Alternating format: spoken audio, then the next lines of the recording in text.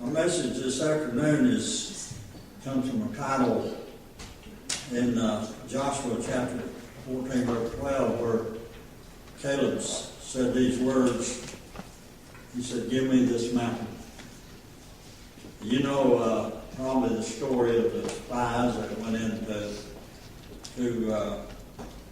Canaan land and spied out the land, and Joshua and Caleb and 10 other brethren, and when they came back, only Caleb and Joshua had come back with a report that they could take the land, but the Bible, says that, or Caleb says himself that the other 10 had given a report that melted the people's heart, melted their hearts, and they didn't want to go in. But Caleb was always the same. He never changed. He said he was 40 years old when he went in to spy the land, and at this particular point now, when he asked for this mountain, he said he's 85 years old. And he said he was as strong at 85 as he was when he was 40 years old and went into the land, and just as strong and ready for war now as he was at that age. So he had not really changed. He had more years on him, but he was a real strong man of God. And so he comes and confronts Caleb and Joshua, and says, "Okay, I want this mountain. This mountain was given to me and promised to me in your presence. You heard it by Moses, that where I had set the sole of my foot, that would be mine and my inheritance and my offerings forever." Well, of course, if you study the life of Caleb, you know that later he gave the land, and the city that he actually got was Hebron. And in later years, he gave that land to the Levites, and he lived in a suburb in his last days of his life. But in other words, he got what God had promised, and then he gave it back to God for the use of God's people. But he was a man that never ceased growing. And I think sometimes people reach a certain age, they kind of like, well, I'm through. I'm not going to grow anymore. Well, if we look at the life of some of the people in the Bible, men and women, some of them you see that some of them's failures and how they got up and went on and followed the Lord and became mighty for the Lord. And you see something like Caleb that he never let up. His whole life was to honor God. And so we find the secret of his godly, consistent, growing life, though, is found in 5 simple words, which we can be ours as much as it was his.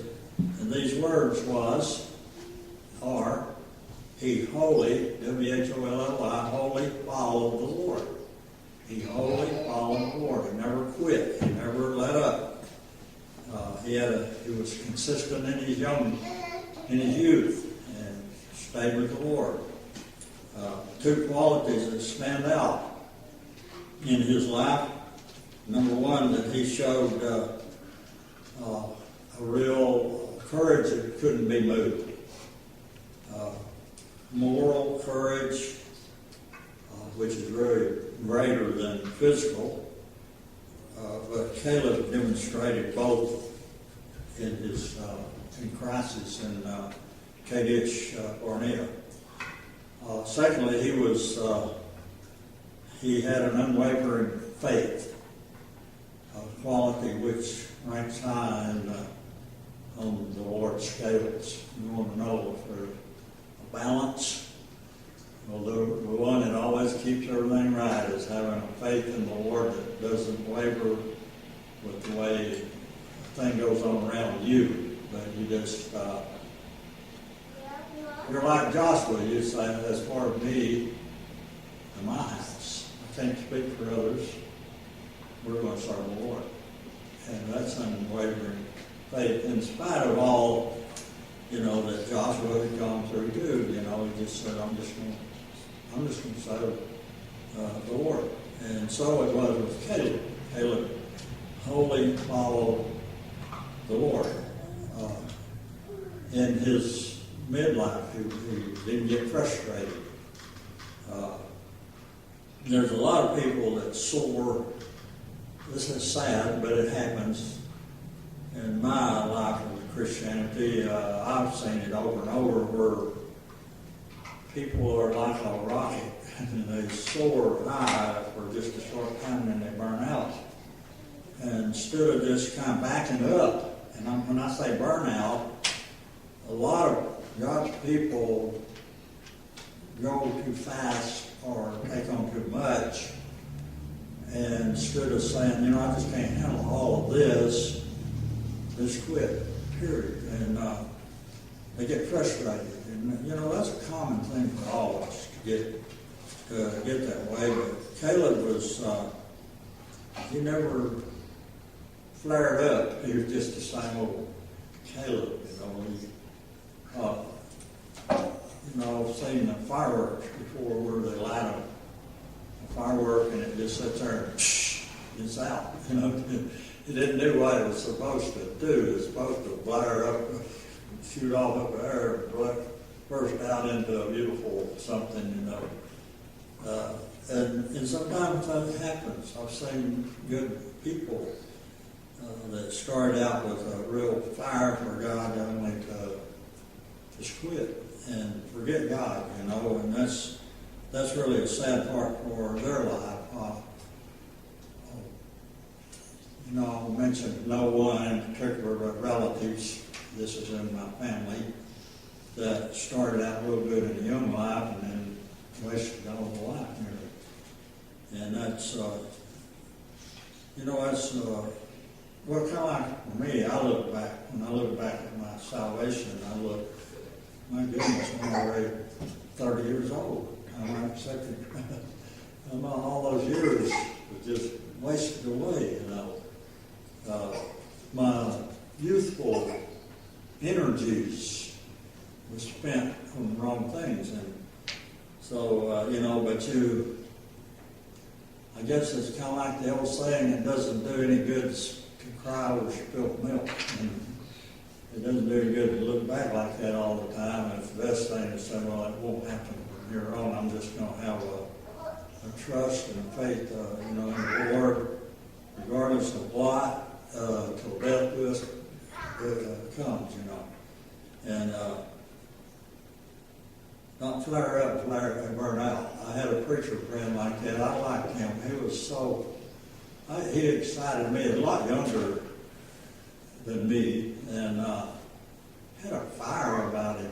You just wanted to be around him. Next thing you know, he burned out. And quit. He got out of the ministry, and I thought, oh my goodness, what a waste. Because he had he was so blessed with such talent, and he could deliver a message that was just like hearing it, and he burned out. I don't know what happened. I don't know what was sidetracked him. I don't know if things didn't move fast enough to suit him. I guess the one thing that God used to keep me from quitting is looking back at Noah. Noah never quit. 120 years of preaching. At the end of it, there's only 8 people saved. And so we just keep on keeping on. Keep on kicking. If you're not careful, there can come an unconscious deterioration of moral and the spiritual fiber in our life.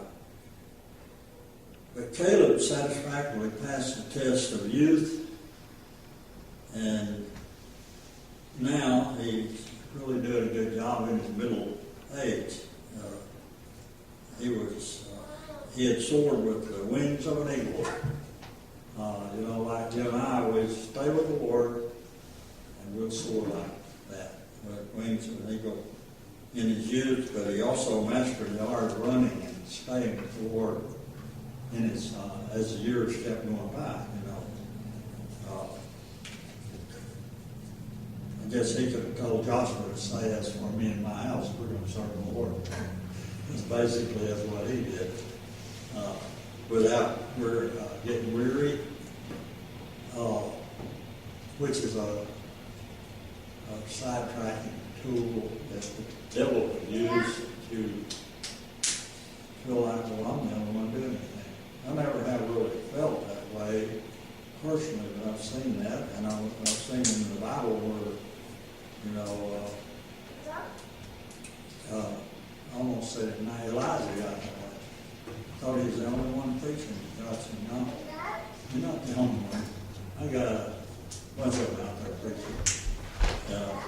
So, honoring God, not getting frustrated as the years go by because things aren't moving the way you want. But also being triumphant in old age. Caleb provides with a glorious conception of the possibilities of old age. He had seen the giants. That's the ones that the 10 said, we can't take that land. They were all young then, full of energy. And out of all the 12, only Caleb and Joshua was permitted to go into the land of Canaan because they said, we can take it. God has given us that land. And so his supreme opportunity presented itself when he was 85 years old. In the very last years of his life, the giants were still in the land. In fact, Anakin's, there was three giants that lived in Hebron that was constantly terrorizing Israel. And so he said, God gave it to me now, just as well as he could when I was 40. He said in verse 11, my strength is now for wars. Just as I may be 85, but I still have the strength to do the same work for the Lord that I did when I was 40. He was very spiritually adventurous. Give me this mountain. I think we have to claim, we have to just say, God, I know you want me to do this, I want me to have this, and we say, well, I want it, and I want this mountain.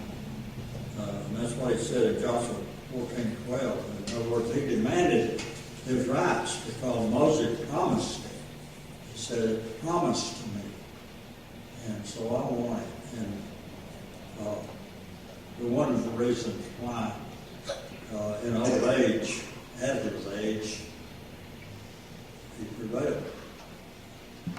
And I think about this. I know that we look at things quite different than they did, I guess. But what seemed to be old to him was just had more years on the old body. But still the same Christian, still the same man with the same ambition for the Lord. Hadn't changed, I think of Jacob. Jacob was, whenever his mother told him to go to his uncle's, when he was 70 years old. He was no kid. But he still lived at home and was under the authority of his daddy and mom. And she said, well, you, in other words, you better get out of here or you're going to be killed. So he left. And he spent at least 21 years working for his uncle, and then comes back to the land. So, God uses us as long as He wants to, and age has nothing to do with whether He can or can't. It's a matter of whether we are like Caleb, wholly following the Lord, which is the key to the success he wholly followed the Lord. You know, Moses, these are his words. He said, I have wholly followed the Lord. And then he said that, you know, Moses said the same thing. He said, thou hast wholly followed the Lord. Joshua 14:9. But the most striking testimony that comes about him was from God himself. God said in Numbers 14:24, my servant Caleb hath followed me fully. In Numbers 14:24, Caleb's open secret is for us as much as it was for him. And complete victory comes from complete obedience or utter obedience. You know the song we sing, Trust and Obey? I know it's a pretty song, but that's the truth. If we trust and obey God wholly, fully, God's going to take care of us.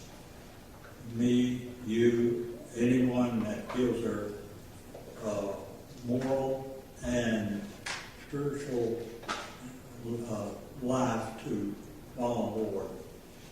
Believe me, the test will come to try to get you to just quit. Don't do it. Hey, we're not getting anywhere. We're not going to get anywhere. Hey, don't listen to those words. Listen to God. As far as I'm concerned, the majority is with God. That's the majority, not you or me. We're just instruments in his hands. I know that when we went and ate lunch, there was 3 different trays. There was forks, knives, and spoons. 3 different instruments there that could be used. Personally, I chose just one.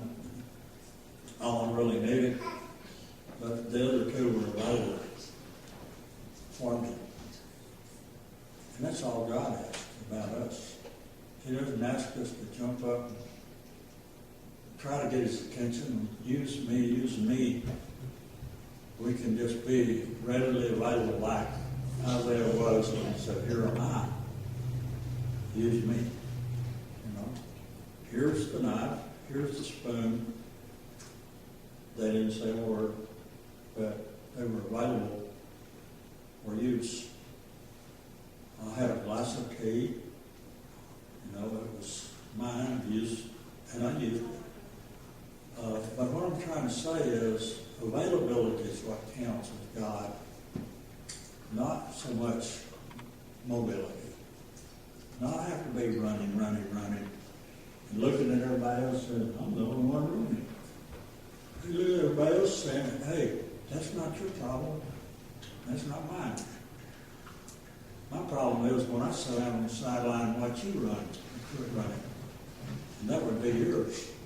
So just be available to God. Be like Caleb. Be holy. In other words, wholeheartedly follow the Lord. And make every endeavor. As I used the illustration this morning about walking in the Spirit, that's just being available to the Spirit of God, the Holy Spirit, as he teaches. I want you to do this. I don't want you doing that. I don't want you to do that. And just let him lead you and me. So we all stand.